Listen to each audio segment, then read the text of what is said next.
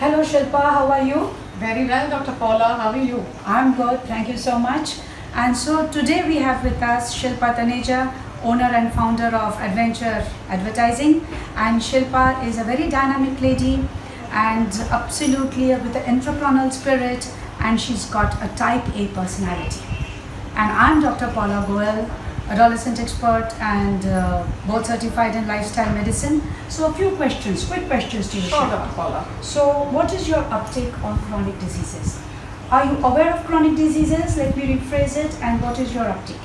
Well, my quick one on chronic diseases is that my basic understanding of chronic diseases came in, when I first came to you 2 years ago at your clinic. Chronic diseases is basically what now I have understood is something that some symptoms that continue to fester and manifest eventually become chronic, and those are chronic diseases. These are non-communicable lifestyle diseases like thyroid, PCOD, diabetes, hypertension. Basically, these are chronic diseases, and they are reversible, and that's what I've understood from you. Yes, a lot of them are reversible if they are detected at the right time. But to add to your list of chronic disease, may I also add dyslipidemia? Lipids, high lipids is also forms as a part of the chronic disease, because your high lipids, high blood pressure finally leads to your heart problems and complaints which come up. Absolutely. Along with this, cervical spondylosis, back problems, trigger finger, trigger thumb, which a lot of this has come up because of the different lifestyle which we lead, a lot of time spent on the media and the gadgets. And also you would include your emotional issues, mental health issues like anxiety, panic attacks, depression. They would also, body shaming, which is a big thing in today's world, would also come into the part of chronic disease process. Right. Absolutely, doctor. And can I share my personal experience? So I came to Dr. Paula 2 years ago saying that I'm feeling bloated, or I'm feeling heavy, or I'm feeling like a balloon, bloated like a balloon, and what is the cause? And my focus was entirely on I want to lose weight, and I'm not able to lose weight, and all kinds of fat diets, etc. And sometimes I would also tell her that I'm feeling a little lightheaded. Dr. Paula told me that do not bother so much about the symptoms alone. Of course, they are an indication, but eventually she helped me deep dive into my environment, my body, my mind, and my entire the behavior pattern. And I understood that basically there was some amount of hormonal imbalance in my system. A lot of it was festering because I had hypothyroid, and some of it was also because I had reached a menopausal age. But the way Dr. Paula explained everything to me, and the way she helped me adapt and embrace lifestyle to bring about a change in it, today I feel surely very empowered. Thank you. Thank you so much, Dr. Paula, for being my doctor. Thank you. So what I also need you to understand that a lot of our emotional processes, they finally, emotions give rise to thoughts, right? So when you are stressed, you go through stressful periods of your life, you get some emotions which come out of it. True. And then these emotions are also having thoughts, and sometimes thoughts give rise to emotions, and all this would also lead to an action. So when you are stressed, you may land up binge eating, or you may not eat, you may not do the right exercise, you may have a very negative image about yourself, and that actually, or feel depressed, have outbursts. Yes, absolutely. And all of them would finally, trigger a response within your body where your cortisol level goes up, and your feel good hormones, serotonin levels go down, your dopamine goes down. That's where your motivational surge goes down. Right. And all this starts festering, and it causes inflammation within the cells, and it leads to the entire gamut of the diseases which we discussed. So Shilpa, let me ask you, since you're from the corporate space, what do you find the impact of these diseases in the corporate sector?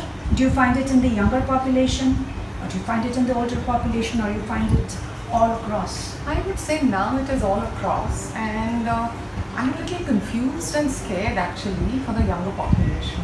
The older population, I would say that I'm in the older population bracket, and at this age, and maybe in the last few years, I see a lot of manifestation of these symptoms, and I see colleagues and friends, who have some of these symptoms. But in the younger population, I see that they are also having these symptoms, and mainly a lot of mental issues, in terms of anxiety. Yes. Yes. Right? I don't know how that would manifest, and in the next 10 It years has or in the already next 20 started years, how they manifesting. would cope in the long term. Because it has already started manifesting, and the sole reason occurs because of the different lifestyle. COVID changed a lot of scenarios, so we are seeing an upsurge in the adolescent and the youth group. Also, many of these lifestyle diseases also have a genetic component, which we Right. must not forget. Right. So, plus it's a habit pattern. No? So, if in a particular family you are having this sort of a diet or this sort of a lifestyle, it's not just that genetic part, because the genetic part, if your conditions are right, you may be able to suppress that part of the genome. Right. But if your conditions and environment is not right, your entire family is going to get affected with it. So yes, we are seeing it much in the younger age group. So diseases like diabetes and heart disease, which used to come in their 40s and 50s, now come much earlier. You have young people with heart attacks in their late 20s and early 30s. Oh my God. So it's indeed a scary scenario. So Shilpa, what is your message to everyone? Before that, can I ask you one question Yes. again? A question where I want to feel reassured, and I'm sure in the message also that at whatever point in time, if we pick it up, can it be arrested or can it be reversed, or how? Yes. So when we talk about reversal, Right. so if the comorbidities have not settled, so in case of diabetes, so if the disease process has set in, okay, so the person is not going to be symptomatic, you can control the medications, in which case we say that the person is in remission. Okay, Right. it's not a reversal, it's a remission. So Right. like in cancer is also a lifestyle disease, it goes into remission. Okay, so the person continues to lead a good life with remission. However, if the comorbidities have set in, so like in diabetes, if your damage has already occurred, your kidney damage has occurred, your vision disturbances, problems have occurred, your diabetic foot has set in, at that point, you cannot completely go into the remission stage, but yes, you can decrease the By impact. arresting. Yes, you can sort of, come down on the medication part, which there are certain programs and certain things which are available. You can bring it into that part where you still take medicines but much less. Similarly, the heart problems can also be at a point where you don't have to take so many bunch of medicines. You have a better impact on life. And another thing which we forgot to discuss was also infertility. A lot of infertility is also related to the lifestyle diseases. Wow.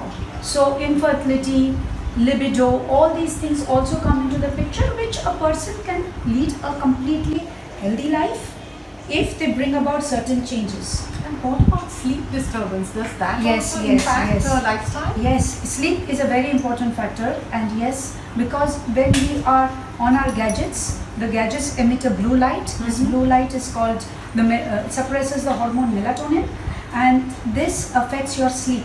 So during the sleep process, the entire regeneration of your body takes place.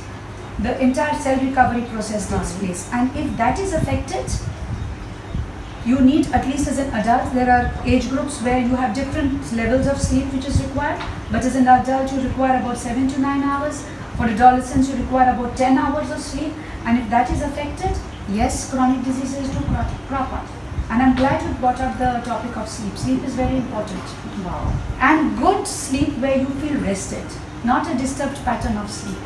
Right. Because that is also going to affect your hormones. So your testosterone, your thyroid, your prolactin levels, even your cholesterol levels, all of them are also going to get impacted with the sleep.